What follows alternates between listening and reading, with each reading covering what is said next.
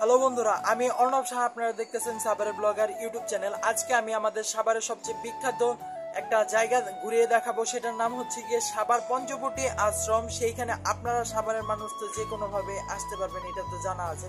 সাভারের বাইরে যারা আছে তারা কিভাবে আসবে সম্পূর্ণ ডিটেলস আজকের এই ভিডিওর ভিতরে থাকবে। তো চলেন আজকে ভিডিও এখান থেকে স্টার্ট করা যায়। সাভার উৎসব প্লাজার সামনে থেকে যে কোনো অটোতে করে আপনারা চলে আসতে পারবেন সাভার বাজারে। সাভার বাজার থেকে যে কোনো মানুষকে যদি আপনি জিজ্ঞাসা করেন সাভার পঞ্চবটি আশ্রমটা কোথায়, সেখানে আপনাকে নিয়ে যাওয়া হবে। অটোতে ভাড়া লাগবে 5 টাকা করে, আর রিক্সাতে আপনার 10 টাকা থেকে 20 টাকা সর্বোচ্চ গেলে এই রেঞ্জের মধ্যে আপনারা সাভার পঞ্চবটি আশ্রমে চলে আসতে পারবেন। আশ্রমে আসলেই মনোরম পরিবেশ, দুই সাইডে দুইটা পুকুর দেখতে পারবেন, আর মাঝখানে একটা সুন্দর মেঠো পথ, যেটা একটা গ্রামীণ দৃশ্য মানুষের সামনে উপস্থাপন করে। এরপরে এই সামনে আমি পুকুরের সামনে দাঁড়িয়েছি একটা ঘাটে। এরপরে সামনে একটু আগালেই আপনারা দেখতে পারবেন হচ্ছে গিয়ে সাধু বাবার মন্দির, যেটাই আর কি সাধু বাবার মন্দির নামে পরিচিত। আর আশ্রমটা সবাই সাধু বাবার জন্যই বেশি মানুষ চিনে থাকে। এই হচ্ছে গিয়ে একটা বট গাছ, যেই বট গাছের নামকরণে সাভার পঞ্চবটি আশ্রম হয়েছে। এখানে 5 মাথাল আর কি বট গাছ আছে। এরপরে এদিকে মঙ্গলচণ্ডী মন্দির দেখতে পারবেন। এইখানে মঙ্গলচণ্ডী ঠাকুরের যে মূর্তিটা সেইটা খুবই সুন্দর, যেটা আমার কাছে পার্সোনালি অনেক ভালো লাগছে। এরপরে হচ্ছে গিয়ে আমি আপনাদেরকে একটু বটগাছটা ভালোভাবে দেখে নিলাম। তারপরেই হচ্ছে গিয়ে আপনারা এই মন্দিরের আর কি সাধু বাবার মন্দিরের উপরের নকশাটা দেখতে পাচ্ছেন।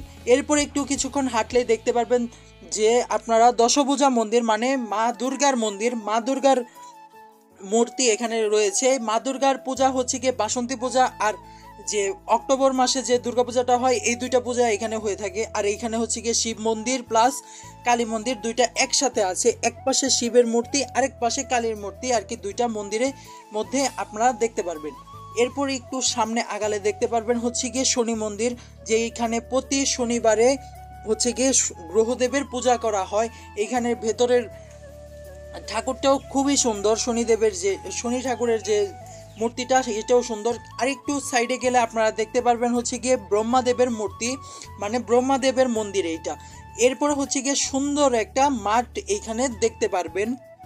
এই মাঠের মধ্যে হচ্ছে গিয়ে বাচ্চা পোলাপানে বিকালবেলা খেলা করে। আর এই পাশে হচ্ছে গিয়ে একটা বাগান আছে, যে এখানে সকালবেলা ফুল নেওয়া হয় এখান থেকে। এই পঞ্চবটি আশ্রমে হচ্ছে গিয়ে প্রত্যেকটা মন্দিরই প্রায় সুন্দর। এখন এইদিকে হচ্ছে গিয়ে নতুন একটা মন্দির হইতেছে, এটা হইলে আরো বেশি সুন্দর লাগবে। অনেক বড় সড়ো করে মন্দির, এখনো পুরোপুরি হয় নাই, কাজ এখনো হইতেছে। এই দিক দিয়ে সামনে হচ্ছে গিয়ে এইদিকে কীর্তন হয়। আপাতত কীর্তনের জায়গাটাও খুব সুন্দর করে হয় নাই। আর এই জায়গায় বড় একটা নাট মন্দির হইতেছে। এরপরে হচ্ছে গিয়ে আমি পঞ্চবটি আশ্রমের আরেকটু সৌন্দর্য ধরার জন্য সামনে একটু গেলাম। এখানে হচ্ছে গিয়ে প্রত্যেকবার যখন কীর্তন হয়, এখানে 10 দিনের আবার 5 দিন 4 দিনের একটা কীর্তন আছে। এখানে কীর্তনের প্রসাদ খাওয়ানো হয়। আর এই পাশে মানুষজন এসে বিকেলবেলা বসতে পারে, বসার সুব্যবস্থা এখানে আছে। আর এই ঘাটের ভিতরে 3 জায়গা দিয়ে আর কি স্নান করা যায়। এই একটা ঘাট, ওই পাশে আরেকটা ঘাট আর কি সিঁড়ি দেওয়া আছে, আরেকটা আছে, মানে 3টা আছে। 3 ঘাটে মানুষ স্নান করে।